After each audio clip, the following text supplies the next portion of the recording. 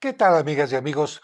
Bienvenidos a este cuarto video sobre signos y símbolos en el arte cristiano tomados de el libro de George Ferguson. Los felicito porque se ve que si están siguiendo estos videos tienen interés en convertirse en expertos, en detectives, diría yo, del arte sacro, porque el arte sacro tiene una gran cantidad de riquezas que a veces no somos capaces de valorar o de distinguir, y en cambio ya cuando vamos teniendo estos datos es como si, como un detective con una lupa, va empezando a seguir las huellas que le van a ayudar a encontrar algunas pistas, algunos resultados y comprender mejor la riqueza del arte sacro. Hoy vamos a comenzar con la conchita, la conchilla, la concha o la vénera. Generalmente simboliza en el arte cristiano las peregrinaciones. Y particularmente tú vas a decir, esto ya lo sé porque en el santuario de Santiago de Compostela todos los peregrinos llevan como una especie de distintivo, de credencial, una conchita, una vénera. Bueno, precisamente esta es la que lleva la cruz de Santiago, que es una cruz en una forma también como de espada, y durante un tiempo, especialmente en la Edad Media, esta concha servía para que los que se dedicaban a asaltar en los caminos dijeran, ay, este es un peregrino, este no lleva dinero, apenas lleva lo necesario para vivir, y además si le hago algo, Dios me puede castigar. Así que esta conchita tenía esta finalidad. Además tenía otra finalidad práctica porque la gente que de repente quería tomar un poco de agua o a veces hasta un poquito de sopa caliente, imagínate en una época en que no había cubiertos, mira, esto funciona muy bien para sacar el agua, para tomarla o bien para sopear de una forma maravillosa. Se lava y es muy duradera. Así que por esta razón la concha se convierte en un signo de peregrinaciones y la van a tener algunos santos que hicieron alguna peregrinación en particular. Por esta razón también la gente que viaja a Santiago de Compostela y que pertenece a una orden, como en el caso mío, que soy el capellán de una orden que ayuda a los leprosos en México, la Orden Militar y Hospitalaria de San Lázaro de Jerusalén, cuando los miembros de esta orden, que está extendida en Europa y en América, viajamos a Santiago, nos dan este distintivo. Es una concha que debemos de llevar en nuestra capa, en nuestra esclavina pequeña, cuando vamos a reuniones especiales. Así que esto indica, ya hice el camino de Santiago de Compostela. La vénera de disposición radial, ¿por qué dice radial? Bueno, porque si te fijas, la vénera tiene como rayitos, ¿no? Bueno, porque hay distintos tipos de conchas también.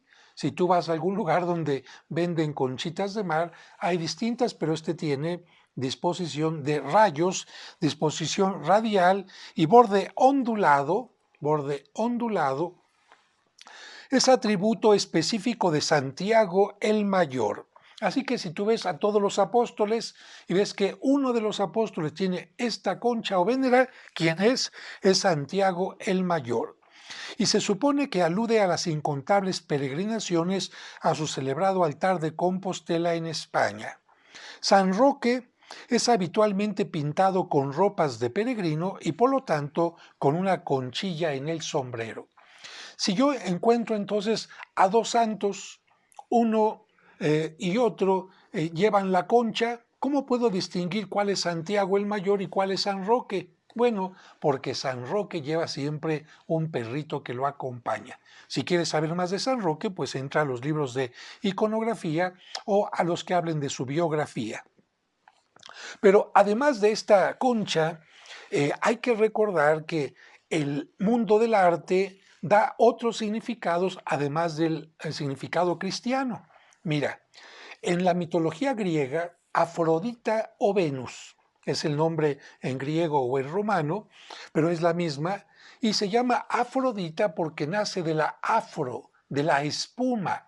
Afro significa espuma, lo que da nombre a África, la región donde nace precisamente esta diosa.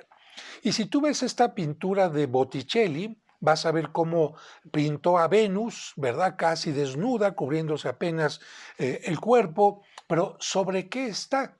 Sobre una concha. Es decir, haz de cuenta que una concha surgiera del mar y de repente abre y muestra su mayor tesoro, el tesoro de la belleza de esta diosa, y precisamente porque las conchas en muchas ocasiones llegan a tener en su interior una perla como algo precioso, algo maravilloso. Bueno, pues en la mitología, ya que esta diosa era la diosa de la belleza, pues surge de una concha que le da la vida y que de alguna manera la muestra como algo precioso.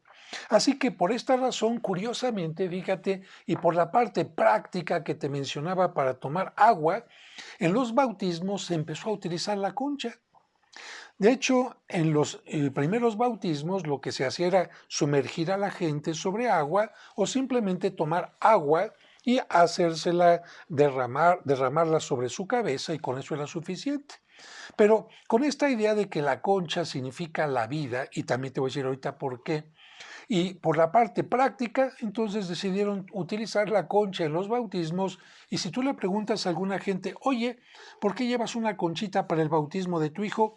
¿Quién sabe? Bueno, la parte práctica, pero también la práctica, la cuestión de vida. ¿Sabes por qué? Porque la concha también llega a representar en el arte no cristiano los genitales de la mujer, la parte íntima de la mujer que es capaz de abrirse para dar la vida.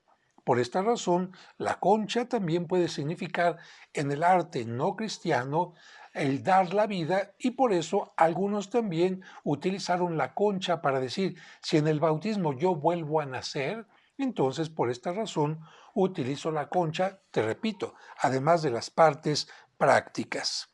Muy bien, vamos al siguiente elemento, el cordero. El cordero como símbolo de Cristo es uno de los símbolos favoritos y más frecuentemente usados en todos los periodos del arte cristiano. ¿Es cierto? Vas a poder ver corderos en la hostia que el sacerdote consagra, o corderos en los sagrarios, corderos en los vitrales, corderos en los manteles de los altares, corderos en muchas formas, y siempre se refieren a Cristo. De hecho, dice aquí, numerosos pasajes bíblicos autorizan este simbolismo. Y una referencia típica es la que encontramos en el Evangelio de San Juan, capítulo 1, versículo 29, que dice lo siguiente. Vio Juan, se refiere a Juan el Bautista, a Jesús que venía a encontrarle y dijo, He aquí el Cordero de Dios, el que quita el pecado del mundo. Por esta razón, ya que el Cordero representa a Cristo que como víctima se va a ofrecer por nosotros para darnos la libertad, el perdón, la vida eterna, por esta razón, si el Cordero representa a Cristo, vamos a representarlo como algo sagrado. ¿Te acuerdas qué se le puede poner a algo común para que se convierta en algo sagrado? Le pones un resplandor dorado que se llama nimbo o aureola, y por eso el cordero puede tener un nimbo o aureola en torno a su cabeza. También suele ser pintado de pie sobre una colina de donde fluyen 4 arroyos, 4 ríos, y esto lo encontramos mencionado en el Apocalipsis capítulo 14, versículo 1. ¿Qué representa esa colina? La iglesia de Cristo, la montaña de la casa de Dios. Y yo diría, también representa el paraíso, pero ahorita te lo voy a explicar.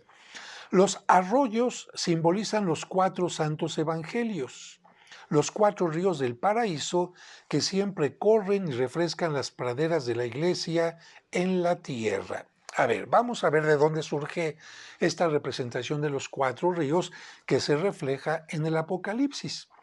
Si pones atención a leer el libro del Génesis, cuando habla del paraíso, dice que en el paraíso había 4 ríos: el Tigris, el Éufrates, el Gijón y el Pisón.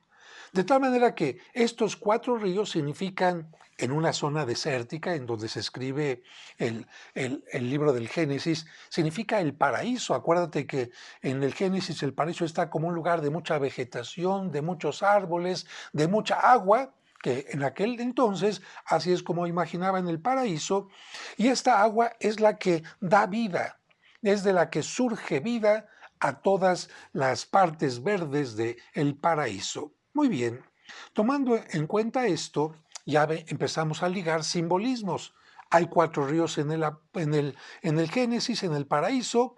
Bueno, son 4 los evangelistas que al leerlos me introducen al paraíso de la palabra de Dios.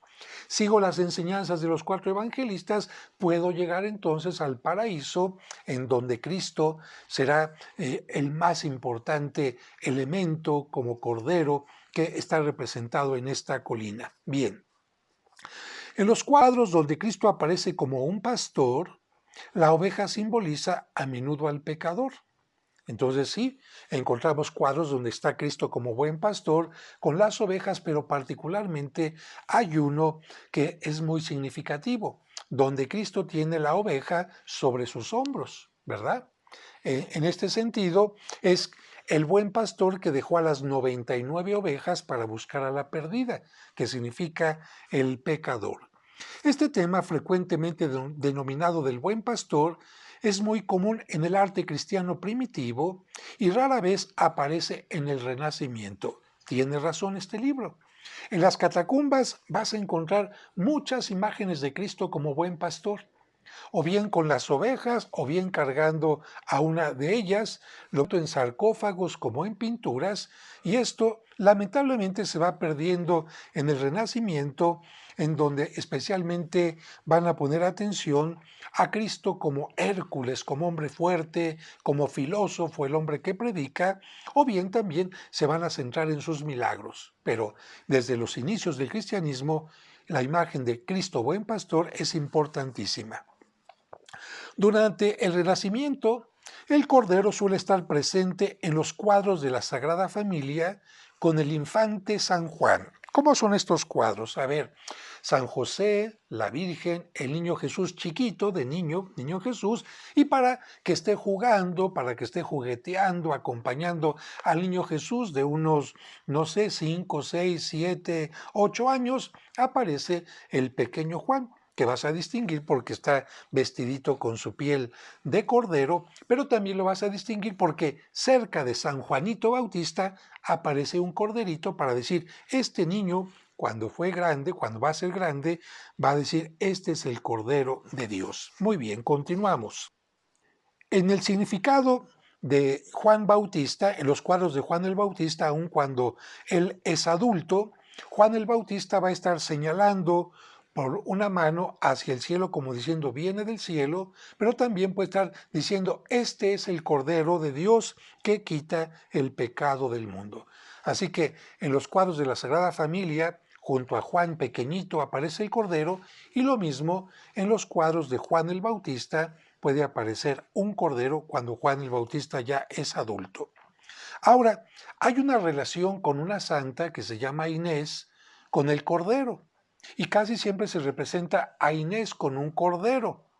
También Inés dijo, este es el Cordero de Dios. No, aquí especialmente se asocia Santa Inés con el Cordero por el nombre. ¿Por qué? Porque cordero en latín se dice agnus, fíjate, agnus. Y en cambio, Inés se dice Agnes. Por lo tanto, el nombre sería igual solamente por una vocal. Agnus u Agnes e, Inés. Y esta santa padeció el martirio por declararse esposa de Cristo y por negarse al matrimonio. La querían casar con alguien que ella no amaba y además ella había hecho voto de virginidad y por eso se negó a casarse y por eso fue martirizada. Pero algo interesante que no aparece en este libro y que yo te quiero comentar es que en la fiesta de Santa Inés le llevan al Papa 2 corderos. Esto es una tradición que tiene cientos de años. ¿Qué hace el Papa con los corderos? No creas que los sacrifica, tampoco se los come. Lo que hace el Papa simbólicamente les pasa un rastrillo y les quita un poco de lana. Los corderos tienen que ser limpísimos, blanquísimos, inmaculados, y con esta lana que se les quita a los corderos, ¿qué se hace? Se hacen los palios de los arzobispos. Todos los obispos tienen un distintivo, tú lo conoces bien, es la mitra, esto tocado que llevan en la cabeza, también una cruz pectoral, pectoral porque la llevan en el pecto, en el pecho, y un anillo que servía en la antigüedad para sellar los documentos. Pero los arzobispos tienen que llevar un distintivo especial que se los entrega el Papa personalmente. Y este distintivo es el palio. En la antigüedad, el palio era vamos a decir, una manta grande, grande que recorría el cuerpo por una parte, por la otra, como a veces se representa a los apóstoles. Y esto no es porque lo hayan utilizado los apóstoles, sino porque este distintivo, esta tela especial, casi siempre en color púrpura, indicaba esta persona es importante. Con el paso del tiempo en la iglesia ya no se usó esta gran tela, como te digo, y quedó reducida a un pequeño, digamos, pedazo de tela de lana, aquí, tejida, con una pequeña lengüetita que sale al frente y con algunas cruces negras. Bien, eso es el palio, y ese palio es hecho con los corderos que le entregan al Papa el día de Santa Inés. Y esos palios están guardados junto a la tumba de San Pedro. Y cada vez que el Papa elige a alguien para que sea arzobispo, se le entrega el palio arzobispal. Bueno, continuamos con nuestro tema. El cordero también es atributo de San Clemente, que fue guiado por un cordero hasta un lugar donde encontró agua. ¿Quieres escuchar más sobre San Clemente? Busca en algún libro de iconografía, busca la biografía de San Clemente y te vas a enterar de por qué este corderito guió a San Clemente para que encontrara agua. Vamos con nuestro siguiente tema, el cuervo. Y aquí, antes de leer, también te cuento algo. Tú recordarás que el diluvio duró 40 días y 40 noches simbólicamente, y que cuando dejó de llover, Noé empezó a buscar el momento en que ya pudiera bajar a todos los animales que llevaba consigo, y para saber si había tierra firme o no, entonces mandó a un cuervo para que saliera y viera si había tierra firme. El cuervo regresó.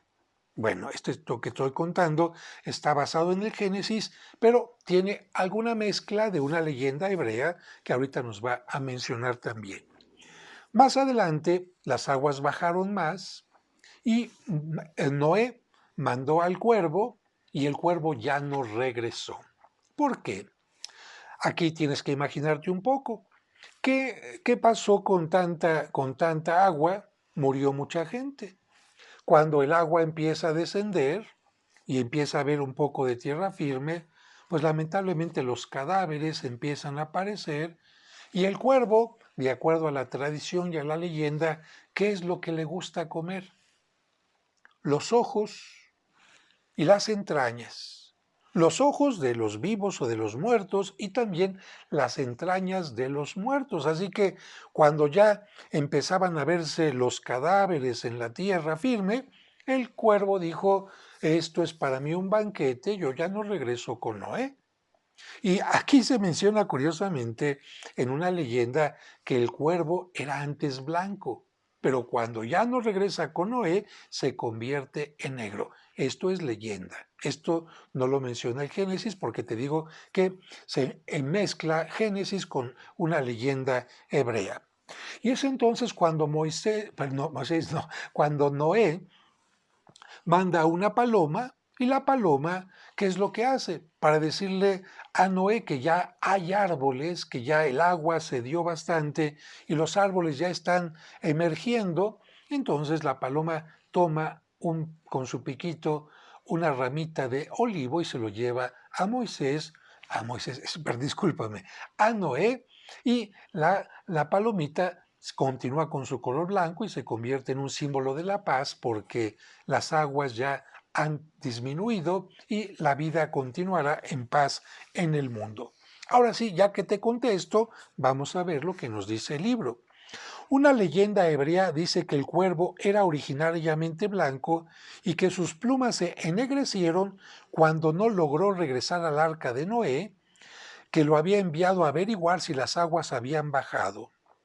Por su plumaje negro, el negro siempre es un color bastante negativo en el arte, y supuesto hábito de devorar los ojos y el cerebro de los muertos y su preferencia por la carne corrompida, el cuervo es símbolo del demonio, que arroja el alma a las tinieblas, invade la inteligencia y se complace en la corrupción.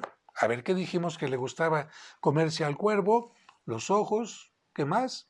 El cerebro y ¿qué más? Las entrañas de los muertos. Por lo tanto, es símbolo de el diablo que arroja el alma a las tinieblas, le saca los ojos de la fe y por lo tanto los arroja a las tinieblas, invade la inteligencia, les devora el cerebro, los engaña, les miente para que caigan en la trampa y se complace en la corrupción. Goza la corrupción que hay en las entrañas, ¿verdad? Por eso es símbolo del demonio. El cuervo, sin embargo, va a tener otra significación, va a tener otro significado, perdón, a veces las palabras no me llegan, va a tener otro significado, lo que quiere decir otra connotación. Y a esto se le llama el tener un signo equívoco. Un signo unívoco es cuando solamente representa una cosa y un signo equívoco es cuando puede representar dos cosas al mismo tiempo y a veces hasta opuestas, como en este caso. El cuervo es considerado más favorablemente cuando está en relación con algunos santos. En este caso es considerado bueno. Es atributo de San Vicente. A San Vicente lo vas a ver con un cuervo porque envió un cuervo a custodiar sus restos sagrados.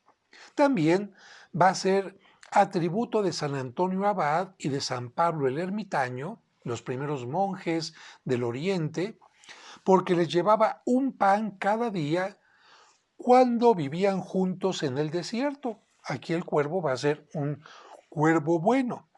Y también, aquí no lo menciona, pero yo te voy a mencionar otros dos casos que aparecen en algunas pinturas. El caso de el profeta Elías y también el caso de San Benito Abad. Ya dijimos Antonio Abad y San Pablo el Ermitaño, ellos son los primeros monjes del Oriente. Pero San Benito Abad es el primer monje del Occidente, patrono de Europa. Además, bueno, ¿por qué? Vámonos con Elías. El libro de los Reyes en la Biblia nos menciona que el profeta Elías se enfrentó al rey Ahaz y a su esposa Jezabel porque en lugar de estar dando culto al Dios verdadero, estaban dando culto a Baal, este ídolo que incluso dio origen a Belcebú, al que se le ofrecían sacrificios de niños. Elías se enfrenta a él y le dice, ¿por qué estás permitiendo esto? ¿Por qué has acabado con los sacerdotes del verdadero Dios? Y claro, el rey y su malvada esposa lo que hacen es perseguirlo para matarlo. Tiene que huir Elías y cuando siente que ya está a punto de morir, llega un cuervo y le lleva alimento. Así que puedes encontrar en algunas pinturas al profeta Elías que está casi ya a punto de morir, se siente desfallecer y aparece un cuervo. Aquí es un cuervo bueno. También en el caso de San Benito Abad, el patrono de Europa, el cuervo es bueno porque le quita el pan. Y aquí tú me vas a decir, ¿cómo va a ser bueno si le quita el pan? Un momentito, mira, vamos a contar la historia brevemente. San Benito fundó muchos conventos en Europa, muchos monasterios, pero puso una regla, un orden, ora et labora. Es decir, haz una síntesis entre tu trabajo y la oración. Que no sea puro trabajo porque te olvidas de Dios, Y que tampoco sea pura oración, porque también hay que trabajar para comer, para que la tierra dé fruto, para crear, porque el ser humano también tiene capacidad de creatividad. Bueno, en este sentido, había algunos monjes, y algunos dicen que no fueron los monjes, sino que otros enemigos, como San Benito era duro en exigir, dijeron, vamos a matarlo. ¿Y cómo lo vamos a matar? Pues la forma más fácil es que dale de comer algo y ahí le pones el veneno. De hecho, durante la Edad Media y en el Renacimiento era una forma muy fácil de acabarse con las personas, acabar con las personas que uno no quería. Les ponías venenito, les mandabas comida, incluso algunos sacerdotes los envenenaban poniéndoles vino en el cáliz y de esta manera le llevaron un hermoso pan a San Benito. San Benito lo vio y seguramente se le antojó de tan sabroso que estaba y antes de comerlo, ¿qué es lo que hizo? Con su devoción bendijo el pan, bendijo los alimentos y después de bendecirlos, curiosamente aparece un cuervo, se lo lleva y lo tira en un lugar despoblado. ¿Qué es lo que pasó? Entonces el cuervo salva la vida de San Benito. Por eso es que en las medallas de San Benito tú vas a encontrar en uno de los lados que está un cáliz, ¿verdad? Con una serpiente que indica que una vez lo quisieron envenenar poniéndole veneno en el cáliz y en otra ocasión lo quisieron envenenar con el pan y ahí está el cuervo junto con el pan. Y precisamente por esto, entre otras cosas, la medalla de San Benito es utilizada para que el mal sea erradicado de nuestra vida, para que por la protección, por la intercesión de San Benito, ¿verdad? Sea en este caso el Espíritu de Dios el que, como el cuervo, llegue y se lleve todo lo malo de nuestra vida. Por eso la medalla tiene también una oración, las iniciales de una oración de exorcismo. Bueno, de esta manera estamos hablando del cuervo y también termina este tema diciendo, el cuervo también es símbolo de la soledad y se puede asociar a estos santos ermitaños, es decir, Antonio Abad, San Pablo el Ermitaño y San Benito, cómo se retiraron de la vida ordinaria para vivir en soledad, por eso el cuervo también puede indicar signo de soledad. El delfín. El delfín es pintado en el arte cristiano con mayor frecuencia que ningún otro pez. Y aquí ya algunos dirán, oiga, pero es que el delfín no es un pez, el delfín es un mamífero. Bueno, aquí no vamos a hablar ni vamos a discutir temas de biología, simplemente así lo dice este libro. Representa en general la resurrección y la salvación. Un delfín, resurrección y salvación. Es considerado el más fuerte y el más veloz de los peces. Claro, nada rapidísimamente, así lo vemos especialmente cuando va brincando sobre el mar, y aparece muchas veces llevando al otro mundo a través de las aguas las almas de los muertos. Así que el delfín se utilizó para indicar como el vehículo que conducía el alma de los difuntos al más allá. Es representado junto a un ancla o a una barca y en este caso puede expresar el alma cristiana. Bien, voy a hacer otros videos en donde voy a hablar del arte paleocristiano y de las catacumbas, pero aquí te adelanto un poco. En los primeros inicios del cristianismo, cuando los cristianos eran perseguidos, no podían hacer imágenes que los delataran, que la gente dijera, ay, este es cristiano porque aquí está esta imagen. Tenían que ser imágenes que tuvieran, digamos, un mensaje oculto. Entonces, ¿cómo representaban una cruz? Sin hacer una cruz. ¿Cómo hago una cruz sin hacer una cruz? Que no parezca una cruz de cristiano. Bueno, pongo un barquito, pongo un mástil y ¿dónde quedó la cruz? El mástil es la cruz. O bien pongo un ancla, vamos a poner el ancla, ¿verdad? Ahí con su piquito abajo y aquí una rayita y el ancla es una cruz. Por eso, si yo veo a un delfín Junto a un ancla o una barca significa el delfín es el alma cristiana que se está alimentando del mástil del barco, que es la cruz, o del ancla, que es la cruz, y esto es lo que me lleva a la salvación. Con frecuencia, el delfín es representado en la historia de Jonás. Bueno, ¿por qué? Porque los pintores es raro que conocieran el mar algunos y mucho menos que conocieran cómo eran las ballenas. Así que muchos de los pintores se imaginaban que las ballenas eran como un delfín y por eso en la historia de Jonás, en las pinturas puede aparecer un delfín en lugar de ballena. Por esto, el delfín es también símbolo de la resurrección y a veces, aunque más raramente, de Cristo. Ya cuando hablamos de la ballena dijimos que así como Jonás estuvo 3 días en el vientre del monstruo marino, Cristo, y después fue arrojado a la ciudad de Nínive vivo, Cristo estuvo en el vientre de la tierra, en el sepulcro, y a los 3 días fue arrojado vivo. Por lo tanto, el delfín, al estar asociado con Jonás, también es símbolo de la resurrección de Jesucristo.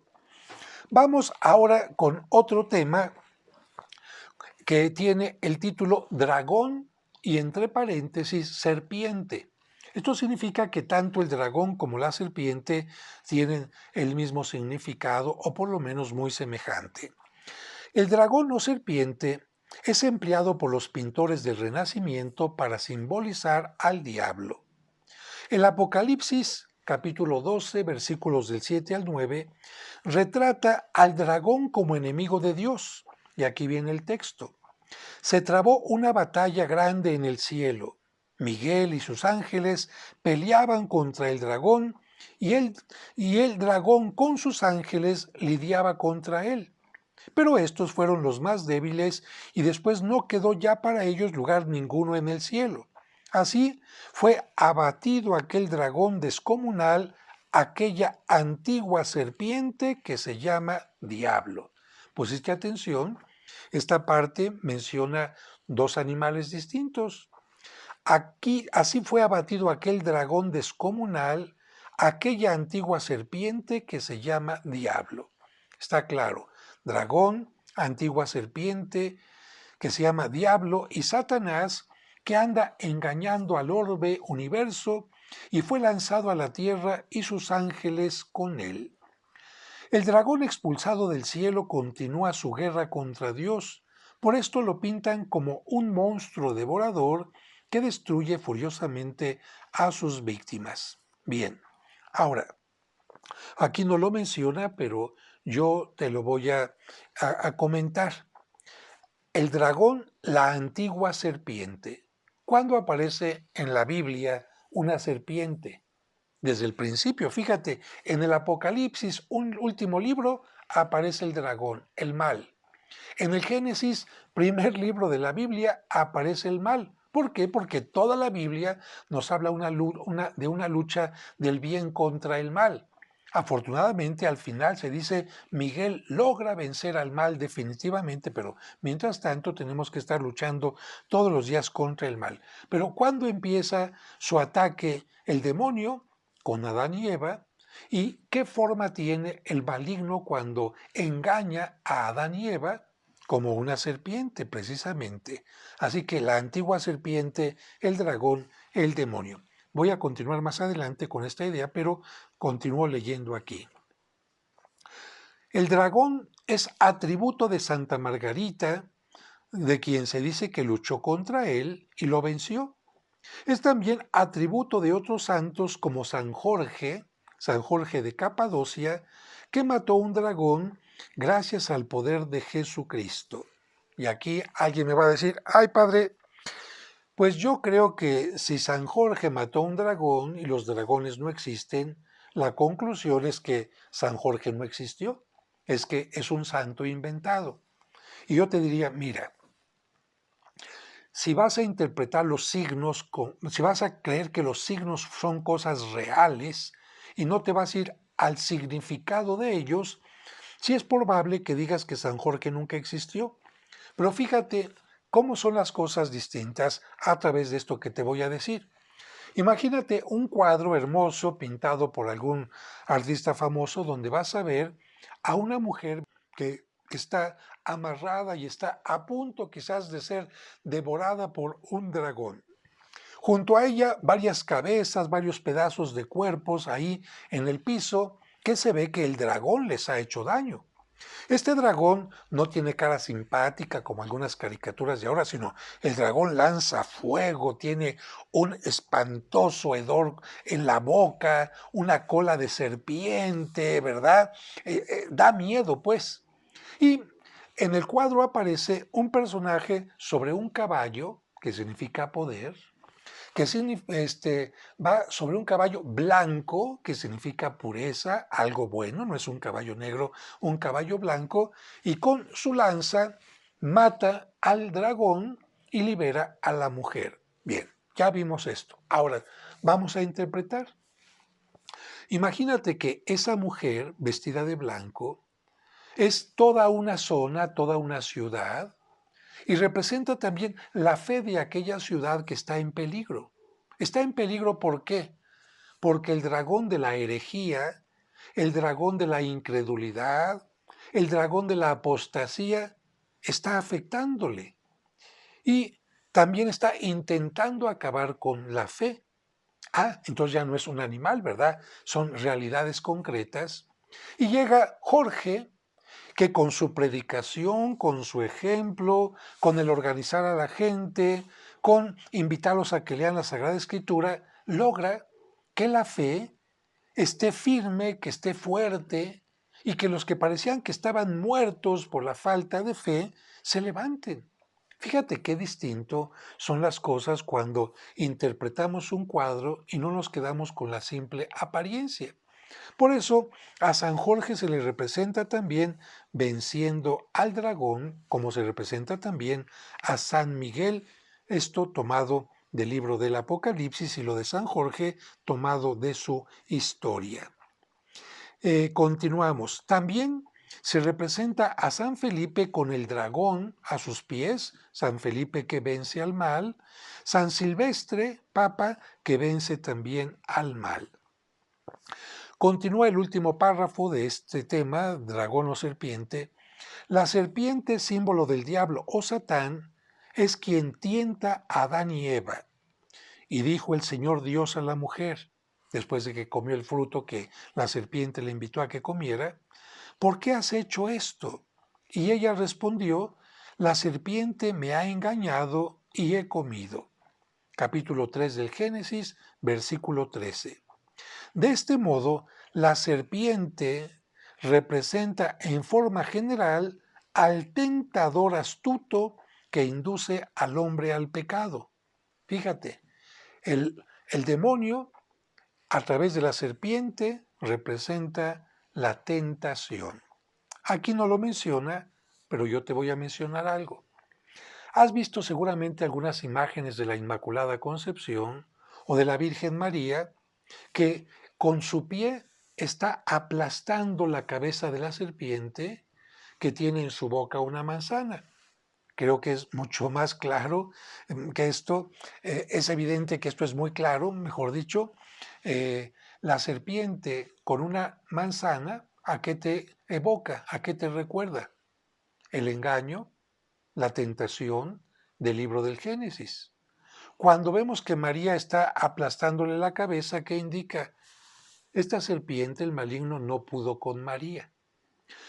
Eva fue creada inmaculada. Eva tuvo una concepción inmaculada. Eva fue inmaculada concepción porque fue concebida por Dios sin pecado, al igual que Adán. Sin embargo, Eva pecó. Eva cayó en el engaño, en la tentación, pero María no.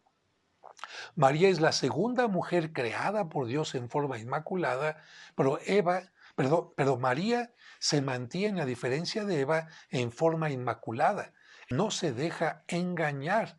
Y por eso se le representa en el arte aplastando a la serpiente, haciendo que se cumpla una profecía del libro del Génesis. Porque Dios le dice a la serpiente, ¿verdad? Tú intentarás morder el talón de la mujer, y la mujer, se refiere a María, te aplastará la cabeza. Muy bien, vamos a continuar aquí. A veces también se representa la serpiente al pie de la cruz para indicar que, al igual que la Virgen, la cruz con Cristo ha vencido al mal y por lo tanto la cruz ha redimido a los hombres. Y vamos a concluir este video del día de hoy con la figura del escorpión. Muchos signos, como te habrás dado cuenta, ya desde el principio tú adivinas qué significan. Porque si tú ves un escorpión no vas a decir, ay, qué bonito escorpión. A alguien quizás le podrá llamar la atención la maravilla de la naturaleza, pero en general hay ciertos animales que nos repugnan, como los alacranes, como las arañas, como ciertos gusanos, causan repulsión y no es lo mismo que ver un cachorrito quizás que lo vemos como con más cariño, ¿no? Bueno, por lo tanto, ya tú adivinas que el escorpión será un signo de maldad o de algo negativo. Es uno de los símbolos del mal. El aguijón de su cola es venenoso y causa gran padecimiento a la persona herida. La Biblia lo menciona con frecuencia, por ejemplo, aquí hablando del mal y del pecado, y el tormento que causan es como el que causa el escorpión cuando hiere o ha herido a un hombre. Apocalipsis capítulo 9, versículo 5. Por lo traicionero de su picadura, simboliza a Judas Iscariote. Como símbolo de traición también aparece en las banderas y los escudos sostenidos por los soldados que asistieron a la crucifixión de Cristo. Bueno, vas a encontrar algunas escenas donde Cristo va al Calvario y evidentemente que en cada época representaron a los soldados de distinta manera, porque acuérdate que no eran conocedores de las vestimentas de las distintas épocas, sino de acuerdo a cómo se les iba ocurriendo. En la Edad Media pintan a los soldados como soldados de la Edad Media, en el Renacimiento como soldados del Renacimiento, etc. Pero algo interesante es que estos soldados a veces llevan estandartes y no llevan insignias del Imperio Romano, sino pueden llevar un escorpión. Y ese escorpión indica este hombre que lleva la cruz, este hombre que va al Calvario, este hombre que es Dios y que va a morir por la humanidad, va a morir a causa de la traición del hombre, a causa de la traición de Judas, a causa de la traición a los valores de Poncio Pilato y a causa de los valores también que traicionaron tanto el sumo sacerdote, Anás, Caifás y algunos miembros del Sanedrín. Así que bueno, hemos terminado el día de hoy con este video. Disculpen que a veces digo, como decían algunos, unas cotras porosas, unas cosas por otras, pero bueno, es parte de la misma limitación humana. Yo espero que perdonen estos lapsus, pero que lo más importante se queden ustedes, el ir conociendo los símbolos, los signos que les ayudarán a ser maravillosos expertos en este tema. Gracias por interesarse, gracias por amar el arte y sobre todo también gracias por seguir este canal. Si les gustó el video, por favor pongan me gustó, se los agradezco, pónganle like porque esto ayuda mucho a la fuerza de mi canal. Hasta la próxima emisión. Que Dios les bendiga.